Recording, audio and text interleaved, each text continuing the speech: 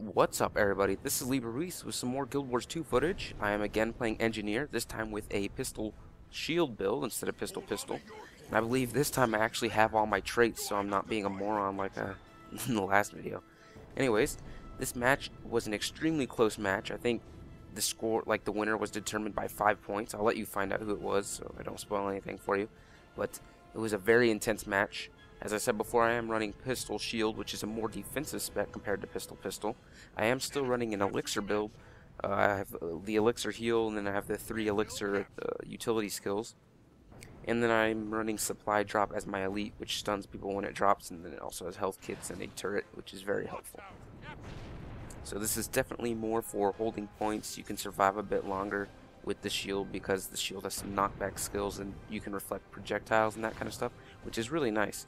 Most of the time I prefer mobility, but I did enjoy Pistol Shield. I thought it was a really good setup, and hopefully you'll get to see some of that footage here.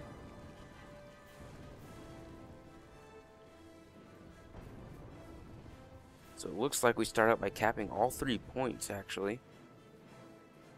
Blue was a bit slow. We got Mesmer here, I guess, that came to fight us, but he's not going to last very long between the two of us. I tried to use my knockback there, but I guess since he was stunned, he didn't get pushed out of the circle, but no big deal. We drop him pretty easily. Looks like Blue neutralized the center point while we were over here fighting, so I think that's where I head over next. I like to wait just a little bit after I cap a point in case someone's coming so I don't immediately lose the point since they can neutralize it so quickly, but I guess it was fine in this case.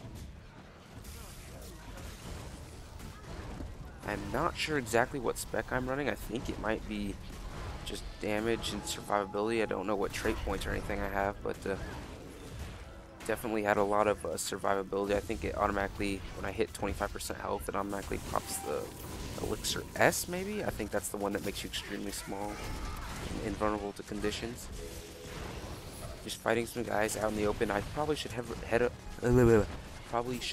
over to the point here instead of just death matching out in the middle, but too late to change that now.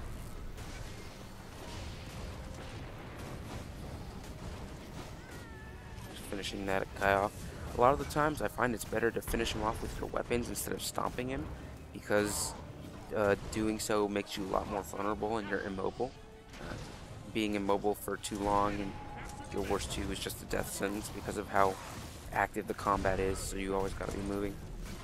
Looks like some of our other teammates cap center. Now I'm gonna head over to this blue point, see if I can grab that back. We have a pretty solid lead right now. It looks like a teammate dropped there, but he's defeated, so it would take too long for me to res him, so I ignore him like a jerk. Fighting a thief right now, and I don't know what, maybe an elementalist, but I don't think I can take them both, so I use my Elixir S and get out of there. Using my Elixir to heal, tossing some of my tool belt skills since my teammates are in the area, and I also give myself some of those effects.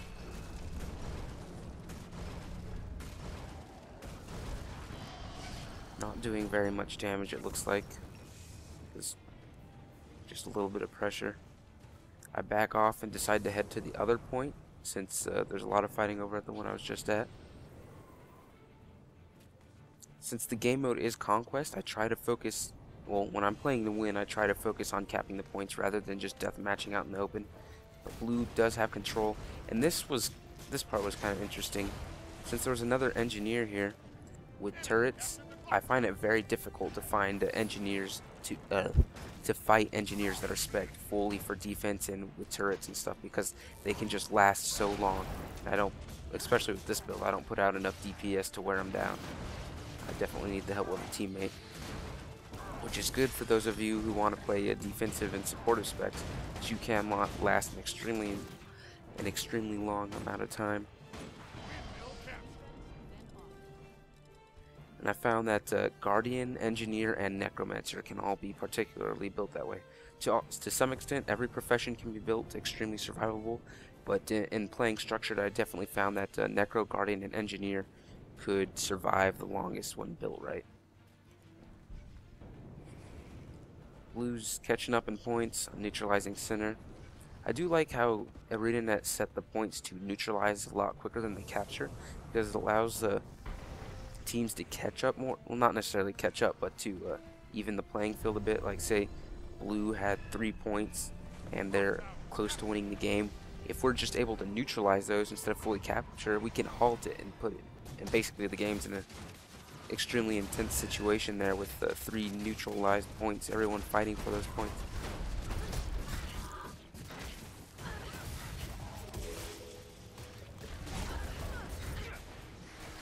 Pretty much a waste of a knockback there, but hey, whatever. Finish this guy off, he's really low.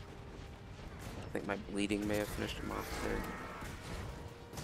There, I used the battering ram skill, which I was running in number 8, which is...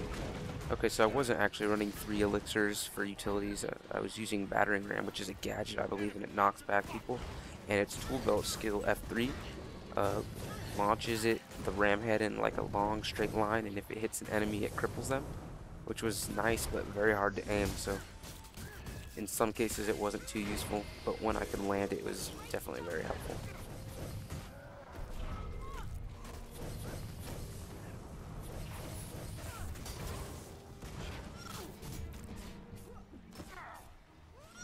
Fighting a hammer warrior, quite annoying, stunning him with a supply drop. Putting some conditions on him with the pistol. Number 3 is a blind, and I think it also adds confusion, which is nice.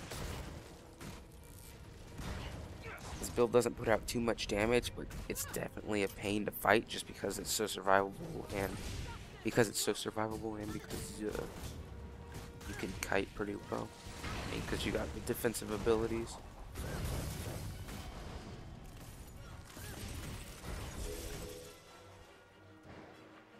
So I realize blue has pulled up ahead in points, and I leave because I'm not going to be able to finish off that warrior. And I decide to go for this back point and see if I can cap it. Using my number 7 elixir because it grants swiftness, get me to the point a little bit faster.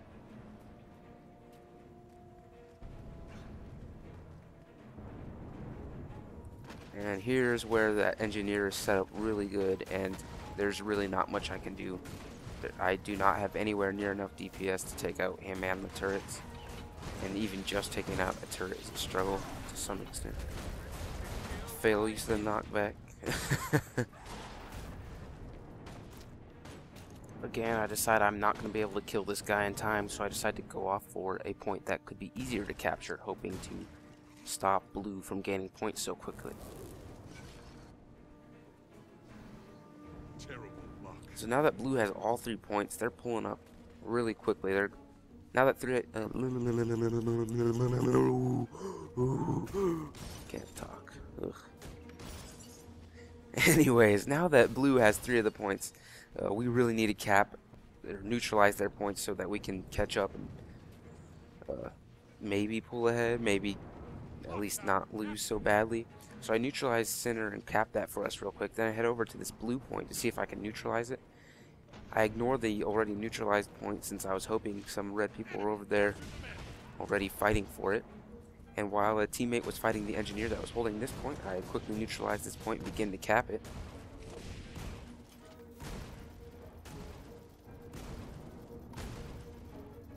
Blue is about 7 points away from winning the game, now 5. And we neutralized their point over there. We had teammates over there neutralizing this. I managed to cap this. I knock him off to keep him away from this point, trying to keep him from neutralizing or capping this point along with this other teammate here. And look at this, we're getting closer and closer. 495, 422. We managed to drop this blue engineer. We still have control of the point. Looks like the other far point is being contested by blue, but they're able to hold on to it. I'm assuming there's no one at center. They're probably split between our point and the other far point. And look at that. We have control of 3 of the points. Blue is 5 points away from winning. 5 points. This is where I could see some intense esports action coming along with Guild Wars 2 later on. Of course, this isn't anywhere near that level of play.